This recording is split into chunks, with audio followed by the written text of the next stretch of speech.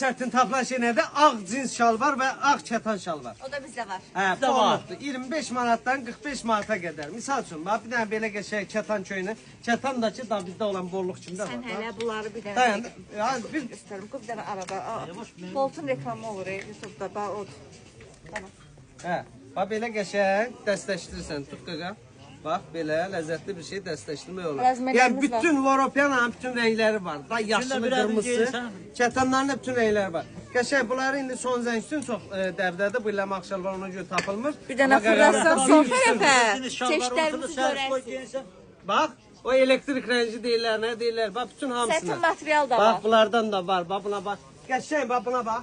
Gör nə qəşəng. Bax bu rəngdən belə bir dənə də bu rəngdə Loropiana götürürsən, maraqlı dəstəkçisən. 60 manata da eləyə bilərsən, 49 manata da, 150 manata da. Nə qədər çox pulla gəlsin o qədər xeyir. Həqiqətən. Pul Deyib götürün işte. gəlin. Yəni pulunuza, büdcənizə, cibinizə Denən pulların hamısını götürün gəlsin. pullarınızı götür gəlin. 200 Bunlar götür, eləyər. 100 də xaricdən 100 də cibinizə qoyun gəlin. Hə. Sağ olun, var olun. Sağ olun, hər bir kəsi gözləyirik.